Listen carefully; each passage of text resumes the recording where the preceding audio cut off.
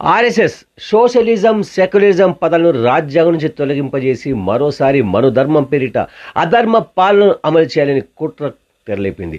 అందులో భాగంగానే ఆర్ఎస్ఎస్ ప్రధాన కార్యదర్శి దత్తాత్రేయ హోసబోలే డిమాండ్ చేశాడు.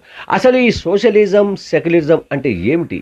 వాటిని రాజ్యాంగం నుంచి తొలగిస్తే మనకు ఎటువంటి నష్టం జరుగుతుందో ఓసారి తెలుసుకుందాం.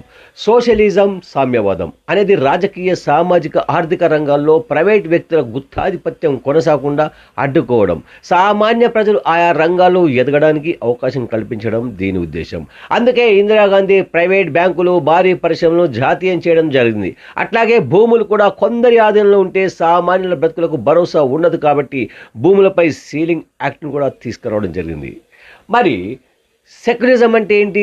సెక్యులరిజం అంటే మతపరమైన విషయాల నుండి రాజకీయాలు, విద్య, సామాజిక రంగాలను దూరంగా ఉంచడం.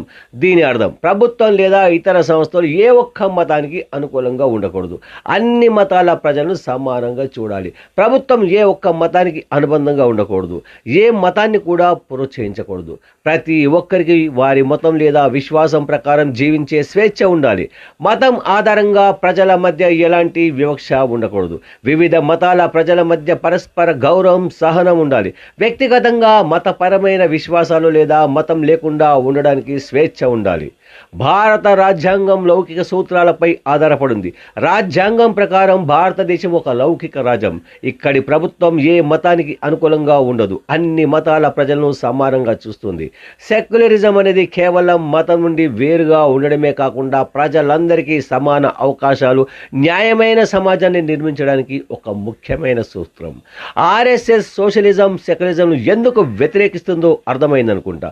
వివరంగా చెప్పాలంటే ఆర్ఎస్ఎస్ కనుసన్నల్లో నడిచే బీజేపీ ప్రభుత్వం సెక్యులరిజానికి పూర్తిగా వ్యతిరేకంగా పనిచేస్తుంది. సెక్యులరిజం ప్రభుత్వం మతాలకు దూరంగా ఉండని చెప్తున్న మోదీ ప్రభుత్వం మత రాజకీయాలతో ప్రజల్లో విద్వేషాలు రగిలిస్తుంది. ఇదంతా కూడా ఆర్ఎస్ఎస్ కుట్రలో భాగమే. ఈ దేశంలో 2.5 ఏళ్ల కింద బౌద్ధాన్ని దెబ్బతీసిన ఆర్య మనువాదులు ఇప్పుడు హిందూ రాజ్యం పేరిట తమ అధికారాన్ని శాశ్వతం చేసుకోవడంలో భాగమే సోషలిజం, సెక్యులరిజం పదాలను రాజ్యం నుంచి తొలగించేందుకు కుట్ర పందుంది.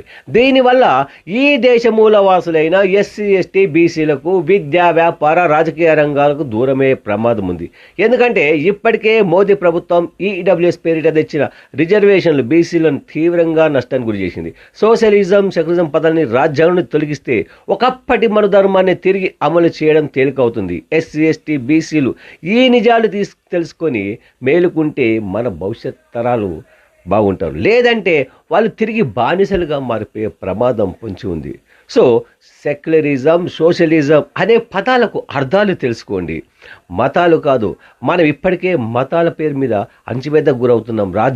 మన స్వతంత్రం వచ్చి 78 ఏళ్ళు కావస్తున్నా ఇంతవరకు మనం అధికారంలోకి రాలేకపోయాం. కాబట్టి ఎస్సీ, ఎస్టీ, బీసీలు ఈ ఆర్ఎస్ఎస్ మాయలో పడకండి. జాగ్రత్త.